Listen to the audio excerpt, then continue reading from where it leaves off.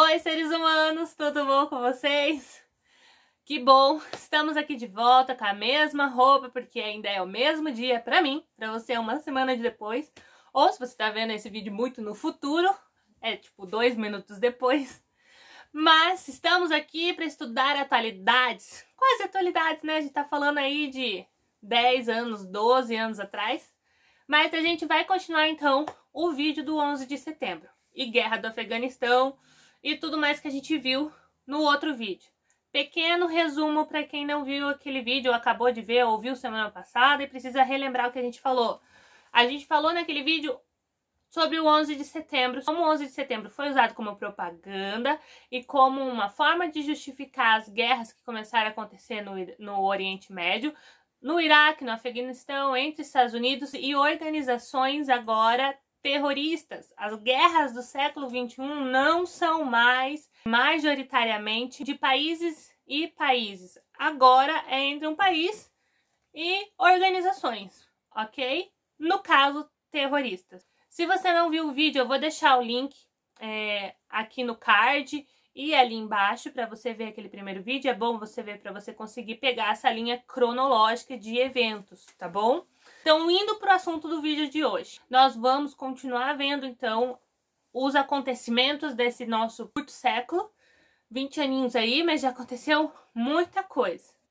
Então, depois do 11 de setembro, guerra do Afeganistão, o principal evento que vai acontecer no nosso século, que vai movimentar aí as nossas negociações políticas globais militares, vai ser então a crise econômica de 2008, ou como a gente chama, a crise do subprime. O que é subprime? Subprime é uma palavra inglesa, né, da língua inglesa, que é usada para falar sobre um cliente não muito confiável, ou como a gente chama aqui, inadimplente, com nome sujo na praça, aquela pessoa que não paga suas contas. Mas, prof, o nome da crise é crise dos inadimplentes? Você teve uma crise econômica num país porque tinha pessoas que não pagavam suas contas? Mas como que pessoas que já têm o nome sujo na praça conseguem dinheiro para entrar em crise? Simples! Porque alguém dá dinheiro para elas. Mentira, não foi bem assim, mas você vai entender. Então, roda a vinheta que eu já volto para explicar.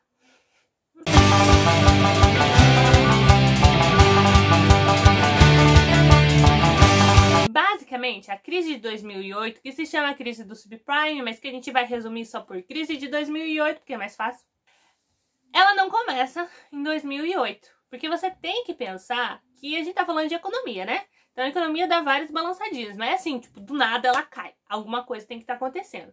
Então quando você volta lá pro ano 2000, você vai ter a chamada bolha da internet. O que é a bolha da internet? Simples. Grandes empresas.com, empresas de internet, estavam surgindo, lojas online, portais e tudo mais. Elas se abriam para a bolsa, ganhavam vários investidores, várias pessoas investiam, porque afinal a internet é o grande negócio do futuro. O único problema é que elas não davam lucro. E aí o que aconteceu? Em 2000 elas quebraram. Por que elas não davam lucro? Sabe a Netflix? Você paga a Netflix? Talvez sim, talvez não. Talvez você seja aquelas pessoinhas que tem a senha dos seus irmãos, ou dos seus primos, ou dos seus amigos da escola. Entende? Então a Netflix já não tá ganhando com você e você tá usando ela.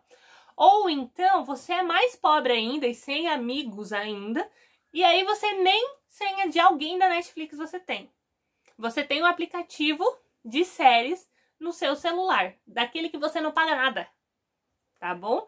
Ou você usa um site normal na internet. O Brasil é o louco dos sites de filmes e séries. A gente consegue tudo aqui de graça. Então é só você pensar nisso. Hoje a Netflix ela sobrevive porque ela tem assinantes. Se ela não tivesse assinantes, não tinha por que ela existir. E com certeza tem algumas pessoas que pensam, por que pagar Netflix se tem tudo de graça na internet? Entende? Então, muitas dessas coisas, desses pensamentos que a gente tem hoje, já se existia lá nos anos 2000. Você tinha boas ideias de empresas na internet, mas você não conseguia fazer com que elas rendessem lucro. Elas tinham muitos investidores, elas tinham muito capital inicial, mas elas não conseguiam trazer esse retorno desse capital. E aí elas quebraram.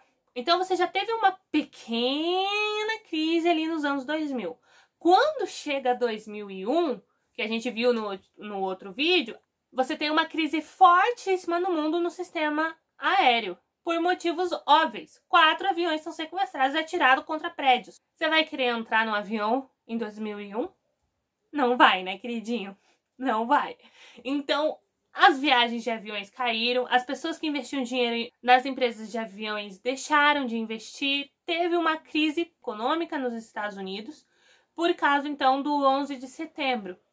Um dos motivos dos Estados Unidos entrar em guerra com o Afeganistão, que a gente falou no outro vídeo também, era essa questão de mostrar que eles continuavam sendo uma potência bélica, que você podia investir o dinheiro no país deles, que eles não iriam ser destruídos pelos inimigos políticos e militares deles. Então também foi uma forma de você se estabelecer, de você se levantar e se posicionar perante o mercado econômico.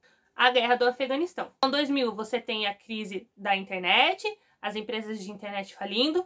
Em 2001 você tem o problema do setor aéreo, mas ainda assim está controlado. Você vai tentando segurar isso, mas aí a gente chega em 2008. E 2008 não vai ter jeito, vai quebrar. E vai quebrar feio e vai afetar o mundo inteiro. Por quê? Como que vai acontecer? Os bancos vão quebrar.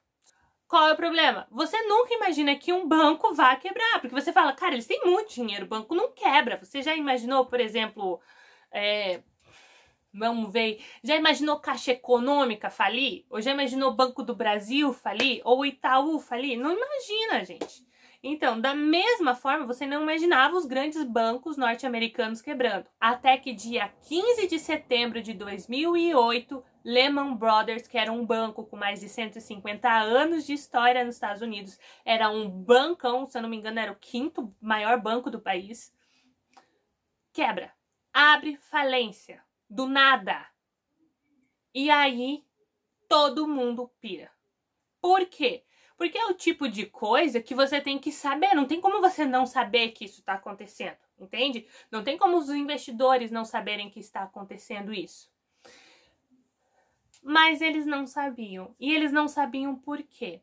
Porque você tem um negócio no mercado financeiro, são as empresas de avaliação de risco, que avaliam outras empresas que têm ações no mercado para venda e que vão dar notas e dizer se ela é ou não confiável. O problema é que essa avaliação, ela é na base da confiança. Eles dizem e você acredita. É assim que o mercado funciona. E aí, naquela época, ninguém estava dizendo que Lehman Brothers não era confiável e várias outras empresas que vão falir depois e vários outros bancos que vão entrar em crise depois. Por quê? Essas empresas de avaliações, elas vão ser principalmente norte-americanas. Então, você vai ter um grande problema ético surgindo ali, do tipo, uma empresa que devia ser baseada na informação de confiança que deu informações que levou milhares de pessoas à falência. Presta atenção. A gente tá falando de economia. Não sei você, mas eu sei de mim. Eu não sou muito boa com economia. Então eu vou tentar explicar para vocês o mais básico possível para você entender o que foi essa crise. Eu vou tentar usar o menos possível termos técnicos, ok? Para ver se você entende.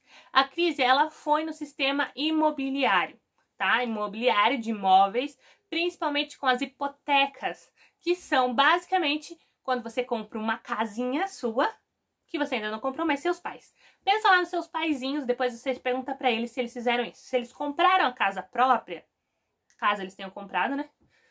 Se eles compraram a casa própria por prestação, isso é uma hipoteca. Você dividir essa casa lá por 20 anos, 30 anos, em várias prestaçõezinhas para você pagar. Isso acontecia nos Estados Unidos. 2/3 de todas as casas do país estavam hipotecadas, estavam sendo pagas ainda quando a crise acontece. Qual é o problema? O problema é que para você comprar uma casa nos Estados Unidos era extremamente fácil. Por quê? Porque você não precisava comprovar renda. Hoje, aqui no Brasil, quando você vai fazer uma dívida, você tem que comprovar quanto que você ganha e a pessoa que vai te ajudar a pagar também. Caso você tenha um parceiro, quanto essa pessoa também ganha. E vocês não podem comprometer mais de 30% da sua renda com dívida. Dependendo por onde você for financiar, às vezes é até menor essa porcentagem que você pode ter ou não com dívida, para garantir que você vai conseguir pagar. Aqui no Brasil, geralmente, se você compra uma casa pela Caixa, por exemplo, os primeiros anos são os anos que você paga o maior valor. E aí, os últimos anos são valores bem menores. Tanto que tem muita gente que paga, tipo, uma conta desse mês e uma última conta, porque às vezes chega até 30, 40 reais a última prestação, entende? E assim você vai matando os anos e consegue quitar essa sua compra mais rápido. Nos Estados Unidos não era assim, era o contrário. As primeiras prestações eram as mais baratas e com menos juros. E aí, tipo, você pagava 1, 2 anos uma prestação que você conseguia pagar e depois desses 2 anos vinha uma prestação que você não conseguia pagar, porque não cabia dentro do seu bolso. Além disso, você não tinha que comprovar renda quando você ia fechar esse contrato. Eles não verificavam se você tinha dinheiro para pagar essa casa. Então, eles concediam crédito. Crédito é nada mais, nada menos do que deixar uma pessoa que não tem dinheiro agora e pagando aos poucos, confiando que ela vai te pagar. Mas eles não verificavam se a pessoa tinha ou não trabalho. Eles não verificavam se a pessoa já tinha um nome sujo na praça, ou seja, se ela já estava devendo 10 cartões de crédito sem pagar esses 10 cartões de crédito. Eles iam lá e forneciam mais um. Olha que lindo. Então, era super comum as pessoas comprarem casas nos Estados Unidos, era extremamente fácil. O problema é que depois de um tempo elas não conseguiam mais pagar. E como que funciona uma hipoteca? O banco compra a casa para você e aí você, em vez de pagar para o dono da casa, você paga para o banco. E quanto menor fosse o banco dos Estados Unidos, mais facilidades ele dava, que era para você fechar o negócio com ele. E aí como que ele garantia que ele não ia quebrar? Ele vendia partes das ações dele para um banco maior. Assim, caso ele quebrasse, quem tinha que sustentar ele era esse banco maior. Só que esse banco maior fazia a mesma coisa. Vendia parte das ações dele para um outro banco maior, para que esse outro banco maior garantisse ele. Ou seja, temos aqui um efeito dominó. Quando um quebra, meu filho, vai quebrar geral. Um vai levando ao outro. Pensando que estava todo mundo comprando casa, não é só o setor imobiliário que vai quebrar, não é só quem vende casas que vai quebrar, são os bancos que vão quebrar, são as imobiliárias, são a construção civil, as pessoas que constroem essas casas. Você vai ter os decoradores de casa, as lojas de móveis para decorar essa casa, e você também vai ter a parte de estrutura, porque se você está comprando casa, se você está construindo mais casa, você tem que melhorar as ruas, daí você tem que construir parques, então maquinários e estrutura. Então, vai afetar vários setores. Outro efeito dominó que vai ter nesse período. Por que que isso acontece? Lembra que eu falei das empresas que faziam avaliações dessas ações lá no mercado financeiro? Então, eu tenho uma empresa, essa empresa é dividida em ações, partezinhas que são compradas por investidores que colocam o seu dinheiro nessa empresa esperando ter retorno, esperando ter lucro. Então, são meio que donos dessa empresa também. Vamos deixar assim. Além deles investirem dinheiro nessas empresas que tinham essas boas avaliações, tinha muito dinheiro do mundo inteiro investido nessas empresas dos Estados Unidos. Por quê? Porque é os Estados Unidos. Ele já tem fama de ser a grande potência mundial, de ser uma grande potência capitalista, de grandes empresas. Esse país nunca vai quebrar.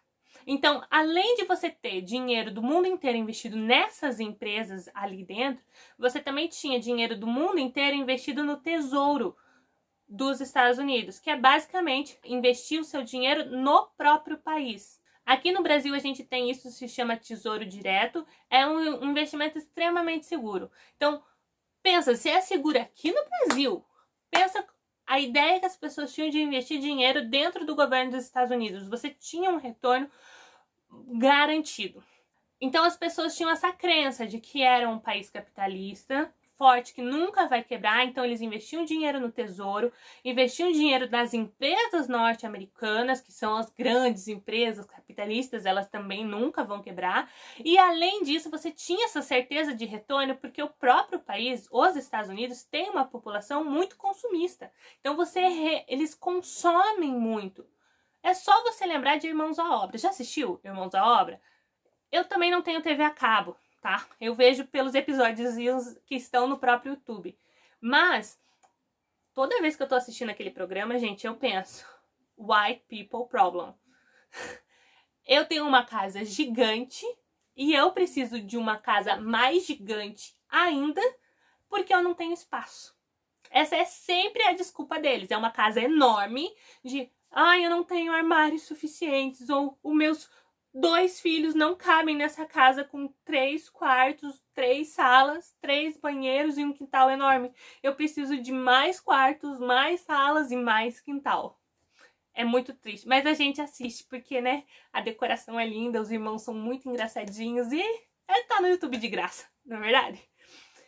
Então então você tem essa garantia de que eles são consumistas. Ponto. Então você fala, não tem como quebrar. Então você tinha essa segurança no mercado norte-americano, ok?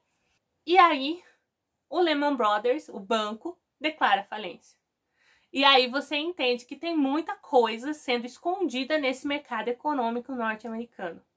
E aí outros bancos vão quebrar, e aí a filinha do dominó vai começar. Bancos pequenos vão quebrar, que vão levar bancos grandes à falência, que vão levar pessoas à demissão, que vai gerar uma onda de desemprego enorme, enorme, enorme, que vai levar os juros lá em cima, que vai fazer muita gente que está devendo casa ter essas casas recolhidas pelos bancos. Eles vão pegar de volta para tentar revender para alguém que consiga pagar. Essas pessoas vão parar na rua, não vão ter para onde morar. Vai começar uma crise social nos Estados Unidos muito grande. Mas, como estamos no século XXI, nenhum país é uma ilha, muito menos os Estados Unidos com a sua bolsa de valores, né, que é uma das bolsas mais importantes do mundo. Essa crise vai ser generalizada e vai chegar em todos os outros países, afetando principalmente Europa e vai afetar o Brasil também. Aqui no Brasil, ela vai chegar ali por volta de 2014, 15, 16, alguns anos depois. Por vários motivos. O governo Dilma vai dar uma segurada bem forte, tá? Pensando em reeleição e tudo mais. Vai fazer vários acordos com os bancos que vão ser soltos no seu segundo mandato, porque daí ela não tem mais que se reeleger. E aí você vai ter toda aquela crise que vai acontecer do segundo mandato dela. E vai acontecer todo aquele impeachment, né? Essa crise vai demorar um pouco para chegar no Brasil, por vários motivos. Primeira coisa, FGC. O que é o FGC? É um fundo de reserva econômica dos bancos. Simples assim, em caso o banco quebre, ele tem esse fundo, todo banco do Brasil é obrigado a ter, aonde é um fundo onde ele guarda um dinheiro para que ele consiga pagar as pessoas que têm dinheiro ali dentro, que investem com ele. Então, acho que até 25 mil reais, mais ou menos, vou deixar a informação aqui, que ele consegue devolver. Então, se eu tenho até 25 mil reais investido com ele, ele me devolve. Por exemplo, eu tenho 4, certeza que eu vou receber. O problema é quem tem mais de 25. Então, eu recebo primeiro 25, isso é certeza, e aí depois eu entro em julgamento com ele e ele vai me pagando conforme ele conseguir depois que ele abrir falência, né? Eu viro uma pessoa para quem ele deve, ok? Então, o Brasil tem isso. Estados Unidos não tem isso. Como assim, professora? Não tem. Não tem. Acham um absurdo? Acham um absurdo. Mas é o que a gente chama de economia liberal. É pouquíssimo controle do Estado. Por que os bancos do Brasil têm o FGC? Porque o governo do Brasil obriga com que eles tenham. Isso surgiu ali na década de 90, tal, né? Pensando em todas aquelas inflações e tudo mais. Foi coisas que a gente foi fazendo por causa dessa nossa experiência como país. Estados Unidos não teve isso. Foi uma coisa que ferrou muito ali. Eu vou até deixar uma foto aqui de uma mulher que tá protestando, e na foto ela coloca assim, vou ler pra vocês: Help communities, not just banks. I think it's this. My pronunciation in English is really bad. O que significa? Ajude as pessoas, ajude a comunidade, não os bancos. Por quê? Porque o presidente dos Estados Unidos começou a dar dinheiro para os bancos não falirem, ajudando eles a pagarem contas, para dar uma amenizada na crise. Ela vai chegar em cheio na Europa com a crise do euro. Vai ser um caos econômico para a Europa. Então essa população vai ter altos índices de desemprego. Grécia vai ser o maior deles, assim, sem contar nem pôr, mas Espanha também vai ser muito alto. Portugal, Itália, França vão sofrer muito com essa crise. E aí, isso vai abalar o mundo.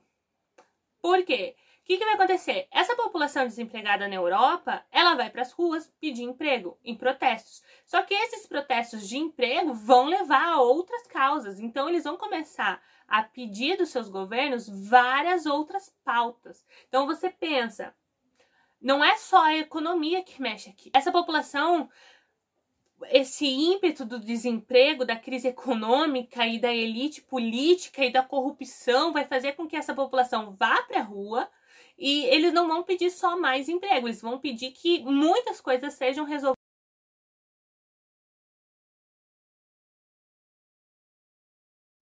Essa população europeia, então, ela vai para as ruas pedir o quê? Emprego, primeira coisa, emprego. Depois, melhor distribuição de renda nesse país, maiores salários, né, para essas pessoas que estão trabalhando.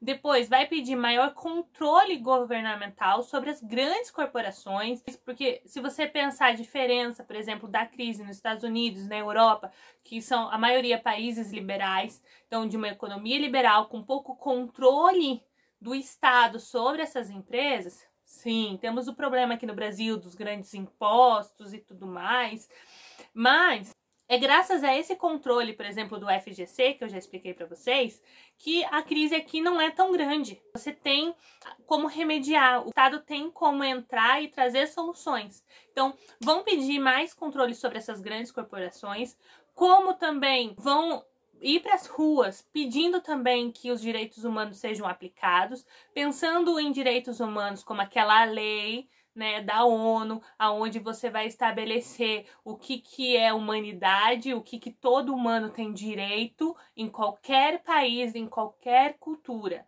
Você vai ter várias pautas de gênero, você vai ter várias pautas contra a homofobia, também várias pautas contra a xenofobia, que é o preconceito contra povos estrangeiros, pautas do meio ambiente, você também vai ter elas aparecendo, porque você tem essas grandes corporações que estão mais preocupados com o lucro do que com a produção de lixo e de resíduos tóxicos, poluidores que se soltam no meio ambiente. A crise vai chegar na Europa e vai afetar muito o Oriente Médio. Por quê? Porque o Oriente Médio tem uma ligação muito direta com a Europa. Você tem muitos imigrantes que moram na Europa e que trabalhavam lá e que mandavam dinheiro para suas famílias no Oriente Médio. E isso vai ser uma das principais causas da Primavera Árabe.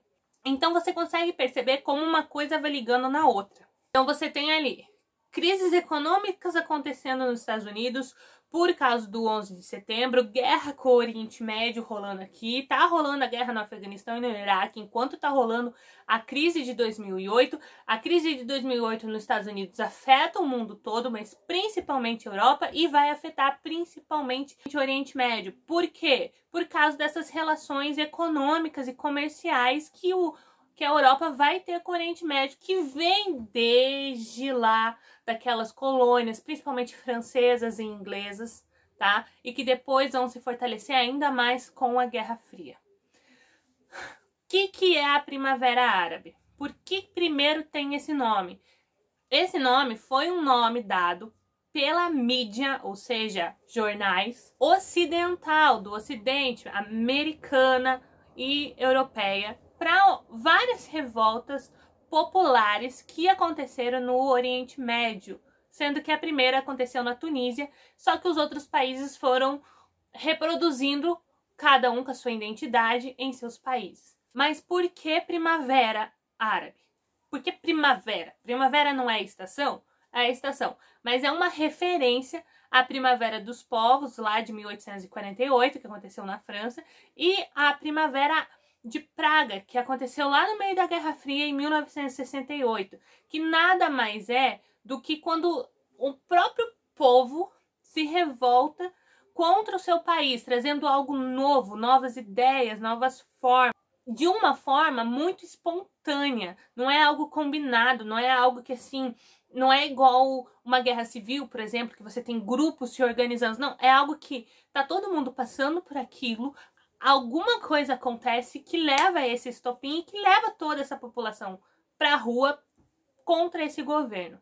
Resumindo, o que foi então a Primavera Árabe? Foram várias revoltas populares contra os governos desses países do Oriente Médio, Egito, Tunísia, Síria, etc. A gente já vai falar o nome de todos eles. Porque eram ditaduras militares extremamente opressivas, com clãs, famílias que estão há muito tempo no poder, com uma corrupção generalizada, governos militares violentos e muita pobreza.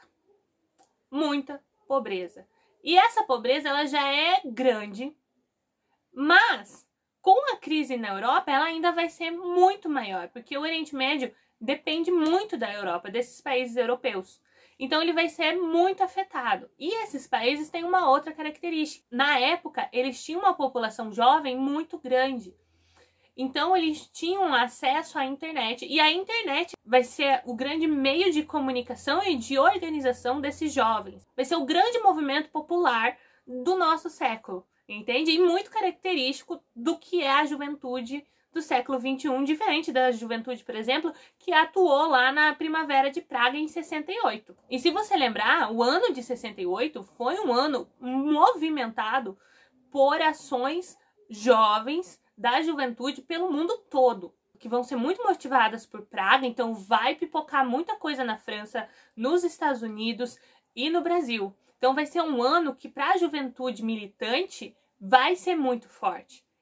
A mesma coisa vai acontecer nesses países do Oriente Médio, só que com essa característica de que agora temos a internet, temos a rede social para nos comunicar, para nos ajudar a nos organizar e levar a nossa causa pro resto do mundo. Porque agora não vai ficar só aqui, a gente consegue, a gente não depende dos meios de comunicação. Nós fazemos o nosso próprio meio de comunicação. Então, Facebook, Instagram, Twitter, MSN, não sei se você chegou a ter, mas MSN, para você que é muito novinho, o MSN era basicamente um WhatsApp da vida, só que ficava no seu computador, ligado com o seu e-mail de mensagens instantâneas. Então, em vez de você mandar um e-mail, você tinha um MSN, você conseguia conversar com a pessoa ali ao vivo por mensagens, você via que ela estava escrevendo, te respondendo e tudo mais. E o YouTube? O YouTube vai ser muito usado para lançar os vídeos, então, dessa juventude e dos movimentos que eles estavam fazendo lá. Por que a crise de 2008 vai afetar o Oriente Médio? Pensa lá, 2008 Estados Unidos, chega com força em 2010 na Europa, em 2011 chega no Oriente Médio. Por quê? Primeiro, temos imigrantes que moram na Europa, trabalham lá e mandam dinheiro para a família no Oriente Médio. Já não consegue mais fazer isso. Porque se tem desemprego na Europa, o primeiro a ser demitido é o migrante. É o primeiro. Então ele já não tem emprego. Então se ele consegue dinheiro para sobreviver lá, já é muito para ele sobreviver na Europa. Imagina mandar para a família. Segunda coisa, queda do turismo. Europeu está desempregado, crise econômica, não consegue viajar. Terceira coisa, queda nos investimentos. Então vai se diminuir muito dinheiro entrando no Oriente Médio. E quarta coisa, vai se diminuir muito as exportações. Então eles realmente vão quebrar também. Só que você imagina uma população que já é carente, já é pobre, já vive ali perto da linha da miséria, então passando por essa crise econômica. E aí você pega essa população jovem, desempregada, mas com acesso à internet. E que tá de saco cheio desse governo que tá ali há anos com esses clãs políticos e que não fazem nada para mudar e que não estão ajudando o pobre e que foram instaladas ali, principalmente por Reino Unido, França e Estados Unidos, durante esses movimentos de independência ou durante mesmo a Guerra Fria. E aí você fala, tá, prof, mas qual o interesse deles de instalar essas ditaduras? Primeiro, gente, vamos lá. Lembra, Estados Unidos instalou ditadura até aqui no Brasil. Instalou, né, ajudou a instalar. Porque governos ditatoriais, eles costumam durar muito mais tempo. Você não tem eleição, reeleição, não é o povo que decide. Então, como você tá ali através da força, através da repressão militar, você acaba ficando mais tempo. Então, se eu faço um acordo político com esse governo militar e ajudo ele a tomar poder nesse país, eu garanto com ele que qualquer acordo econômico, lembrando, fontes de petróleo e de gás natural, que eu faça com ele, vai durar mais tempo. É diferente, por exemplo, de quando eu faço um acordo com o Brasil. Por exemplo, pensa que Brasil, nessa época que a gente tá bem bipolarizado, né? Tipo PT ou Bolsonaro. Então, tem algumas empresas que o PT tinha parceria que hoje no governo Bolsonaro não se tem mais. Por quê? Porque era algo muito característico do governo petista. Então, eu não quero ter essa relação com o governo petista. Então, eu desfaço essa parceria. Então, pensa Estados Unidos, França, Inglaterra, tendo que depender dessa volatilidade de governos, de a cada 4 anos pode surgir um novo governo que talvez não se identifique com os nossos acordos, ou queira vender seus produtos por um valor mais caro, ou queira colocar mais restrições pra gente. Para eles não é vantajoso. Simples assim. Um governo ditatorial dura mais tempo, então se eu consigo acordo com esse governo ditatorial, para mim é muito mais fácil. Governos geralmente eleitos pelo povo têm uma característica de serem governos mais nacionalistas. Governos nacionalistas são aqueles governos que dão preferência para o mercado interno, que dão preferência para a economia do país e não para a economia de um país externo.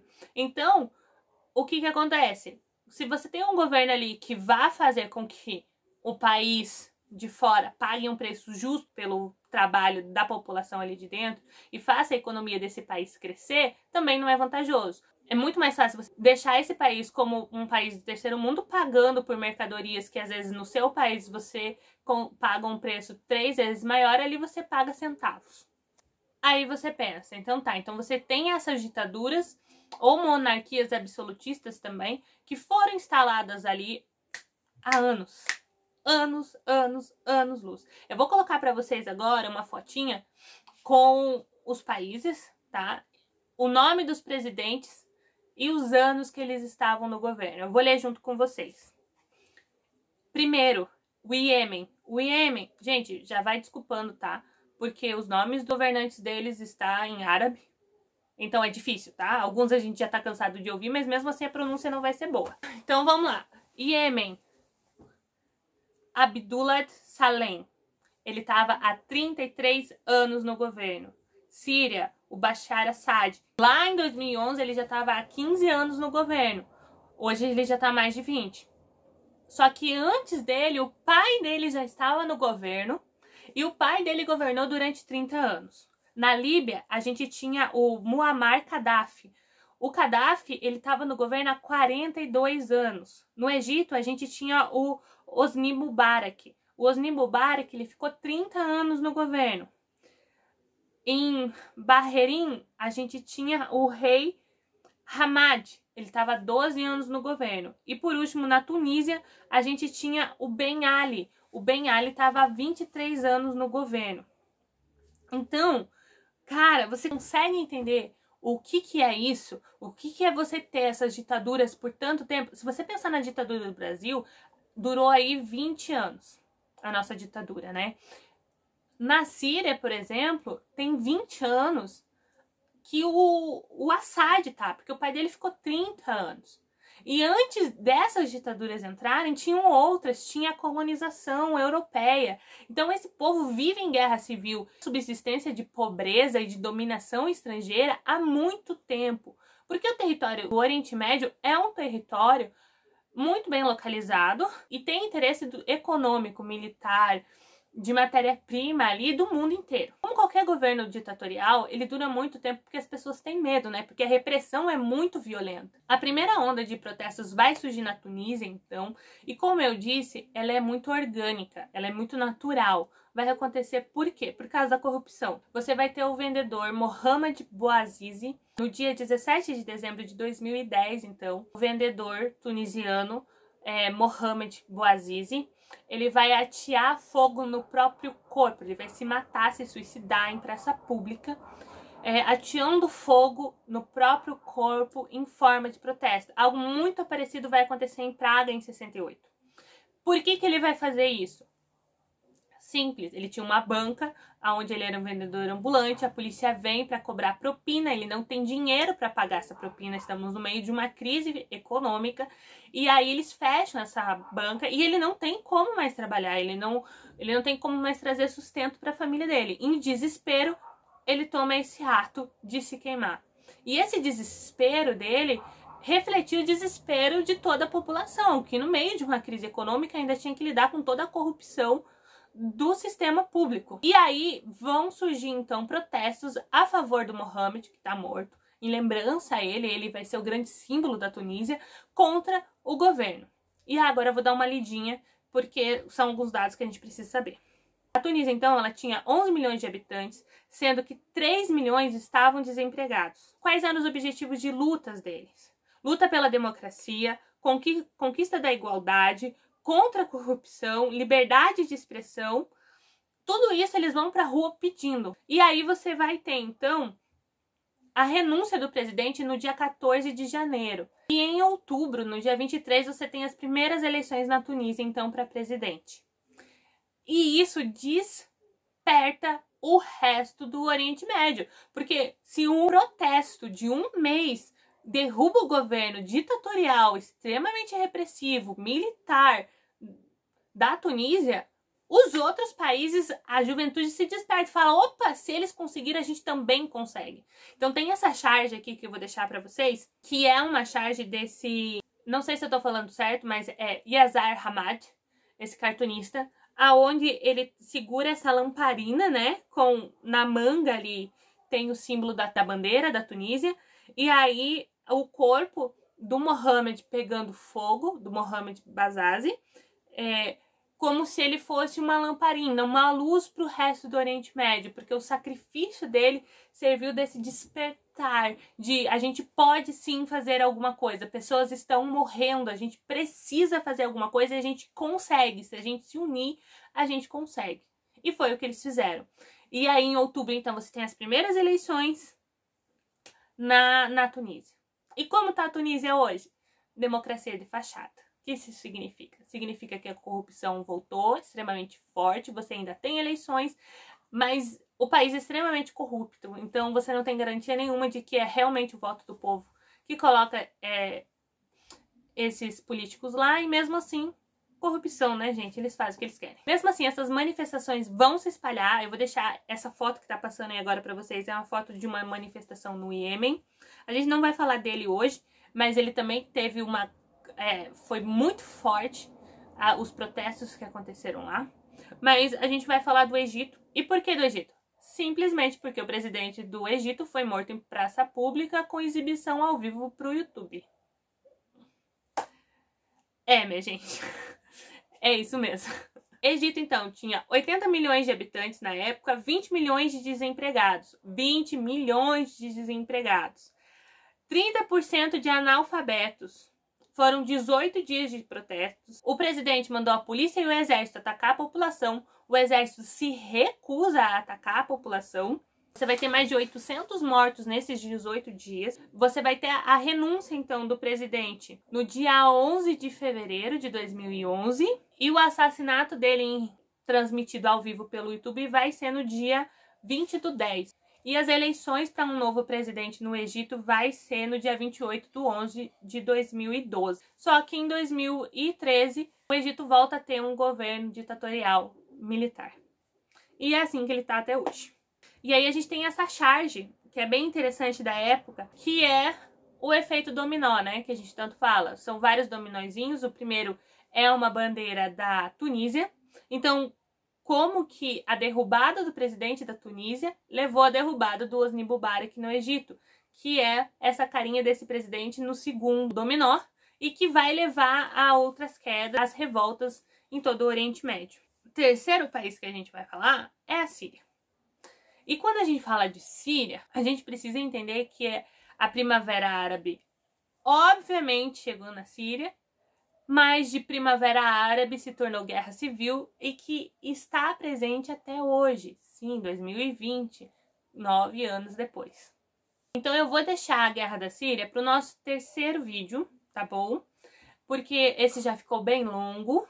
Então é importante a gente entender que o que a gente falou nesse vídeo. Como a crise econômica de 2008 levou então os Estados Unidos a rever a sua liberalidade econômica, como levou os países europeus e a população da Europa para as ruas para pedir por maior controle do Estado sobre as empresas, por melhor distribuição de renda e também por direitos civis, culturais, sociais, religiosos que são garantidos pela Lei dos Direitos Humanos, como também por maior cuidado com o meio ambiente. Pensando aí que sim, essas são as grandes potências que acabaram com a África, com a América, nessas grandes explorações.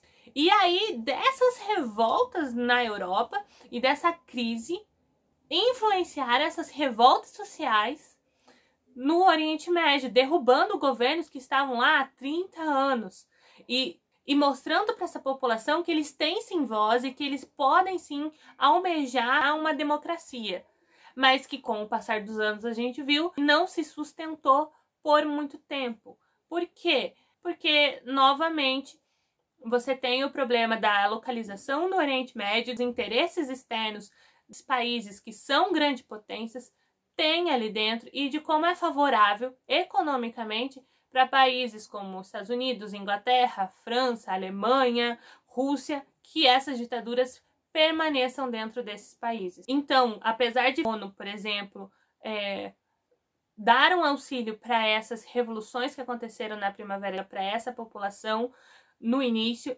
ainda assim hoje, com o desenrolar da primavera em muitos desses países entrando numa guerra civil, você vê que realmente a comunidade estrangeira não fez nada para garantir com que esses países tivessem essa democracia que essa população tanto queria. Um livro muito interessante para vocês lerem, se vocês tiverem mais interesse em todas essas questões do Oriente Médio, principalmente nesses últimos 70 anos, é esse livro aqui que eu vou deixar para vocês. O nome dele é O Grande Oriente Médio, que ele vai pegar todo esse final aí da colonização europeia, Guerra Fria, aí vai pegar esse século XXI e até a Primavera de Praga. O livro é de 2014, então ele vai pensar todos esses movimentos que estão acontecendo. O livro é super legal, super interessante. Vou deixar para vocês aqui o link da Amazon, para caso vocês queiram adquirir. Se você comprar pelo link, você ajuda o canal. Muito obrigada. Estudem em casa, qualquer questão nos comentários, tá bom? E semana que vem a gente vem com a terceira e última parte desse vídeo sobre os conflitos do século XXI, para que você fique por dentro e consiga entender como é que a gente chegou aonde nós estamos agora e como que a gente pode repensar, né, gente, para mudar o nosso futuro. Beijos, até semana que vem, tchau!